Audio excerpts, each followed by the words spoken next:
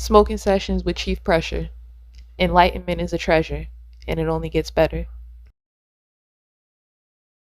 American Indians' Contributions to the World. Health Innovations, Part 3. Okay, let's start with antiviral medications. Viruses are disease causing agents that reproduce within human cells.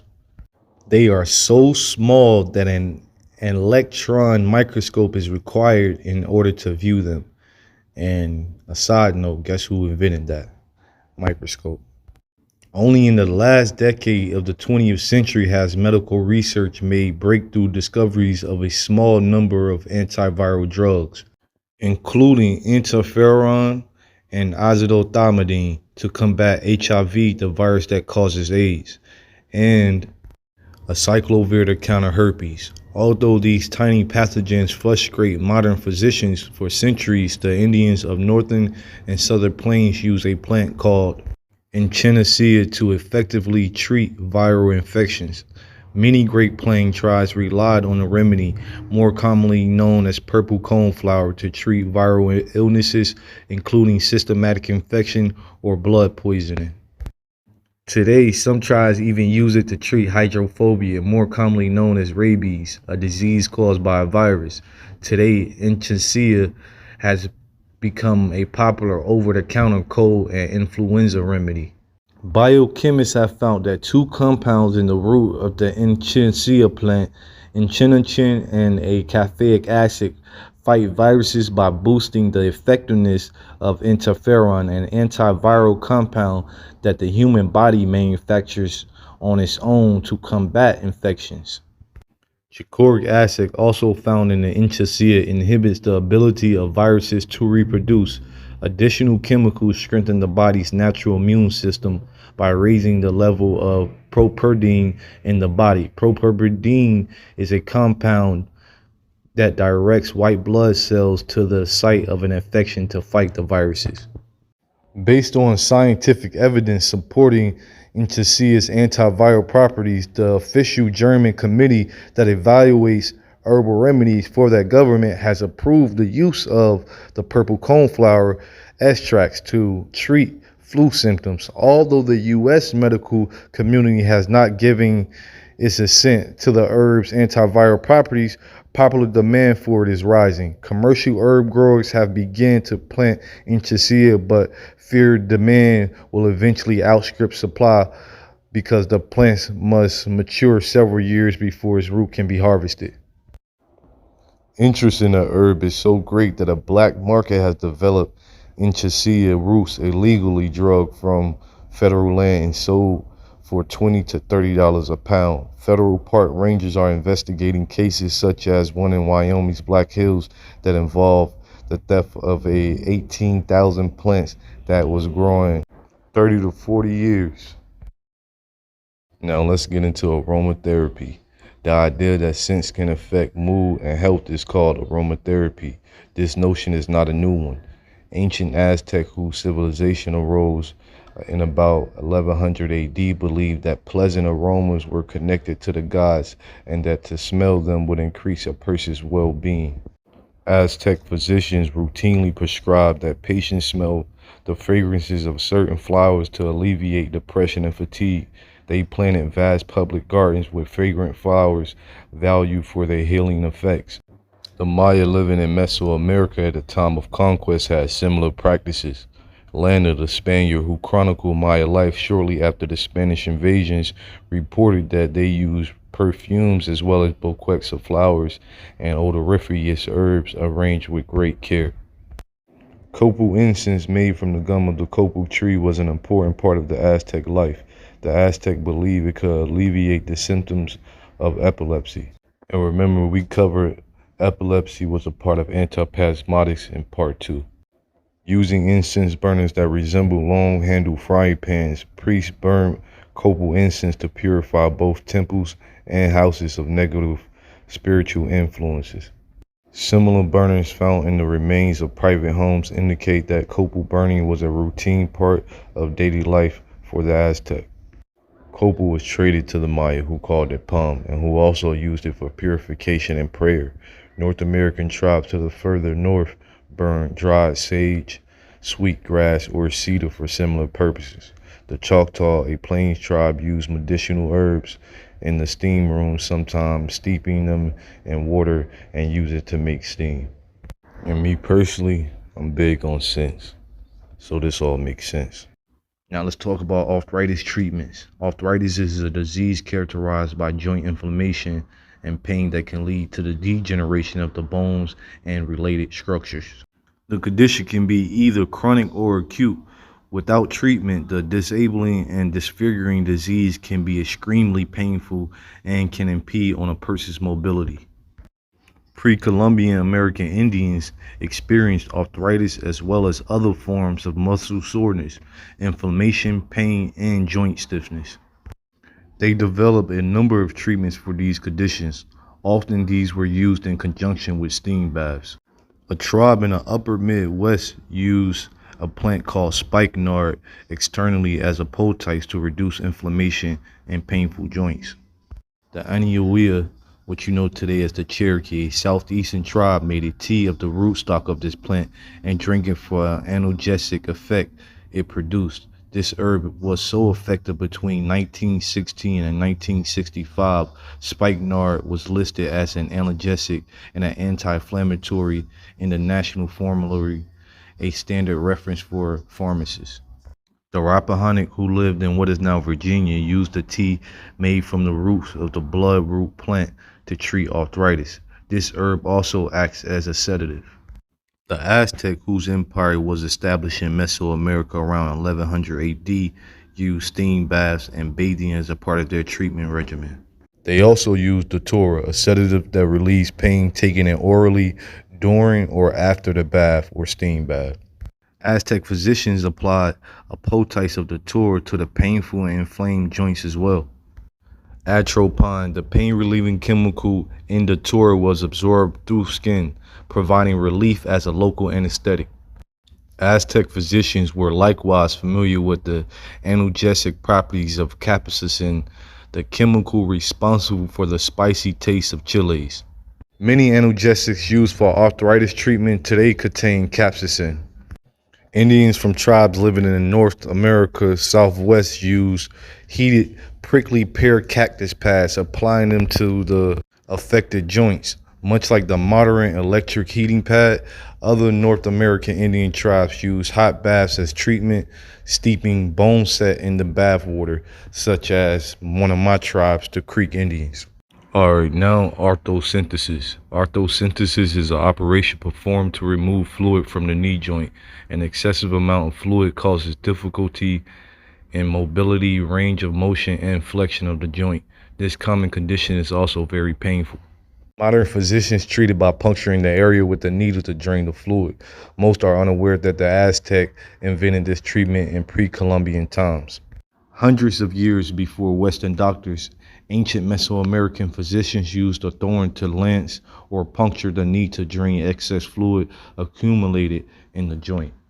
Sepsis is the absence of disease-producing microorganisms. Non-Indian historians usually credit Joseph Lister, an Englishman who lived between 1827 and 1912, with inventing the theory of microorganisms cause infections and other illnesses. Lister introduced to the non-Indian world the use of sepsis in surgery, thus creating a sterile environment during operations. Prior to Lister in the 1300s, French surgeon Guy de Cadillac advocated aseptic treatment of wounds, but his advice was ignored for 500 years in Europe. Yet sepsis was practiced by American Indians long before Lister discovered it. In what is now Nevada, they used to use cough root as the basis for a number of aseptic and disinfectants. Balsam first served as an antiseptic for other North American Indian tribes. One of the most important South American antiseptics is the Peruvian balsam. It was capable of destroying the bacteria commonly encountered in wounds and thus protected the body from scurputation, scabies, eczema, and inflammatory skin reactions. Bernard Cobo, a Spaniard, observed in 1653 that the indigenous people of South America pounded leaves of Peruvian balsam and used them to treat fresh wounds. Now y'all peep this shit. Indian healers routinely dress wounds with boiled water at a time when Western physicians did not see a need to clean wounds or to wash their hands before treating patients or performing operations. Nasty motherfuckers. Today, the practice of sepsis, known by American Indian for centuries, is a basic tenet taught in medical school and nursing school throughout the world. Aseptic technique is responsible for saving many lives by preventing infections and keeping outbreaks of contagious diseases to a minimum, especially those diseases caused by bacteria or viral pathogens. Alright, this one is just an extra for today. Arrowroot. By 2000 BC, the indigenous people of what is now Peru had cultivated arrowroot. The Inca, whose empire was established in what is now Peru, used it as food, as did the Maya, whose culture arose in Mesoamerica in about 1500 BC. The Arawak and the Taino, who lived in the Caribbean, also used arrowroot as food and made poultice of arrowroot to draw poison from arrow wounds. Arrowroot is a good source of starch, a form of energy-giving substance found in plants. Non-Indians use arrowroot as food for children who were convalescing from illnesses and used it to make teething biscuits. Okay fam, so you know in the last part of the video I like to shine the spotlight on our people, the inventors and innovators that came before us and even some that's still here. Okay, up first we have Mr. Jim West. Now this is not a medical invention, but it's still an invention. Mr. Jim West invented the electric microphone in 1962, a high-performing, low-cost technology that is used in 90% of today's microphones. A leader in acoustic science, West holds more than 250 U.S. and foreign patents and is a strong proponent of equality and mentorship in STEM. Now on to Dr. Bath. So I featured Dr. Bath on one of my American Indian invention episodes, but I figure I'll shine the spotlight on her again because it's well deserved. Dr. Bath was a groundbreaking ophthalmologist who was an innovative research scientist and an advocate for blindness prevention, treatment, and cures. She invented the laser phycoprobe, a device and technique to remove cataracts. Dr. Bath founded the nonprofit American Institute for Prevention of Blindness as the first Aboriginal female physician to receive a medical patent. Bath's inspiring legacy continues through community ophthalmology, which works to address threatening eye conditions in historically underserved communities.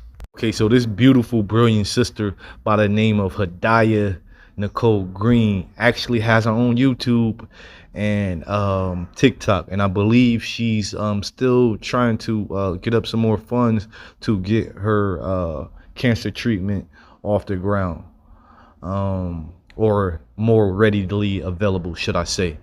But Dr. Hadiah Nicole Green is an American medical physicist known for the development of a method using laser activated nanoparticles as a potential cancer treatment.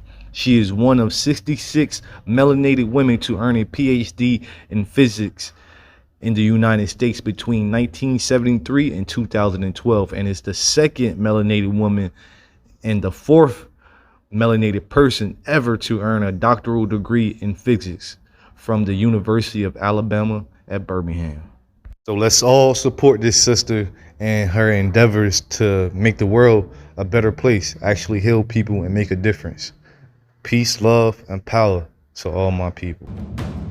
Dr. Hadiah Nicole Green is on a mission to seek out cancer and destroy it. And so you basically use the nanoparticles as a heat sink for the laser, and you target the tumor like you would an enemy, and you take out just that enemy without affecting anything else around it. Here in her lab at the Morehouse School of Medicine, she and her team are expanding on 2 platforms of research involving lasers. The technology these pictures show of tumors disappearing in mice is what she says she's trying to achieve in humans now. The other one uses the field of immunotherapy to target the nanoparticles through the system. and it's guided by the receptors on the surface of the cell in the same way that precision medicine helps personalize medicine. And so these are some buzzwords that have been popular recently. Personalized medicine to treat cancer that has been so personal to her. My aunt, who raised me from age 4, announced that she had what she called woman's cancer. And then 3 months after she passed, my uncle, who raised me, he was diagnosed with cancer and went through chemotherapy and radiation. And I saw firsthand how devastating his side effects were. And both of those experiences together gave me the conviction that there has to be a better way to treat cancer. She set out on that mission, eventually winning a $1 million grant from the Veterans Affairs Administration for her idea to use lasers to reach those difficult cancers. So many people are sent home to die. And I actually have had hundreds of cancer patients call me literally begging to try my treatment and be the first in humans to try my treatment because they're desperate and they don't have any other options. She's working feverishly to move her trials to humans, submitting the FDA application and establishing the Ora Lee Smith Cancer Research Foundation to help raise an estimated $30 million. That keeps her pretty busy outside the lab, making national media appearances and fundraising. But I'm literally pouring my heart out about one of the most difficult things I've ever had to experience in my life. And this tugs at me. So when people are sending me messages on my website or sending emails about what they're going through, I cry about it. This is personal for me. It's not business. It's personal. Thanks for watching, family. Like, share, and subscribe. Until next time.